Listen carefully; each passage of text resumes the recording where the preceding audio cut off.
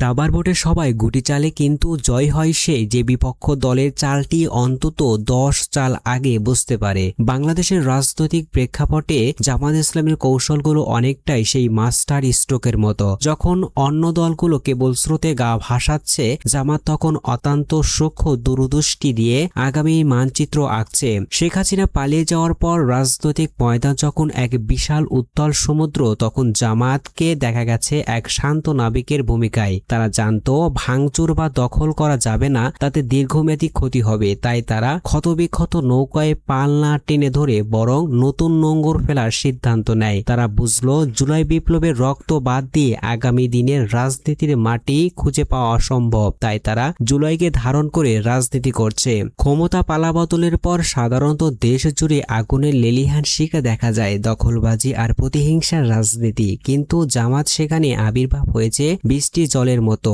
আওয়ামী লীগের সাধারণ ভোটাররা যখন প্রাণ ভয়ে থরথর করে কাঁপছিল, জামাত তখন তাতে নিরাপত্তা নিশ্চয়তা দিয়েছে। তারা জানে ভয় দেখিয়ে ঘর জয় করা যায় না, মন জয় করতে হয়। এই কৌশলগত নমনীয়তা সাধারণ আওয়ামী ভোটারদের কাছে তাদের এক নির্ভরযোগ্য ছাতা হিসেবে পরিচিতি করেছে। জামাতের বর্তমান রাজনৈতিক অনেকটাই বট বৃক্ষের চারা রোপণের মতো। তারা আজ ফল পেতে চায় না, তাই 1 বছর আগেই প্রার্থী ঘোষণা করে সেবার জল দিয়ে সেই চারা বড় করেছে। যেখানে অন্যরা বড় বড় ভাষণ দিচ্ছে, জামাত সেখানে ফুটবল খেলার মাঠে তরুণদের গোল দিতে শেখাচ্ছে। যেখানে অন্যরা স্লোগান দিচ্ছে, জামাত সেখানে মেডিকেল ক্যাম্প বসিয়ে মানুষের হৃদস্পন্দন মাপছে। তাদের 80% প্রার্থী তরুণ, যা প্রমাণ করে তারা জানে পুরনো জরাজীর্ণ কাঠ দিয়ে নয়, বরং নবীন প্রাণ দিয়ে আগামীর ইরামত গড়তে হবে। তারা ক্ষমতায় গেলে কি করবে তার চেয়ে বড় কথা কি করবে না তার একটা সুস্পষ্ট খসড়া মানুষের সামনে তুলে ধরেছে। এটি যেন এক স্বচ্ছ কাচের দেয়াল, যেখানে ধসার কোনো জায়গা নেই।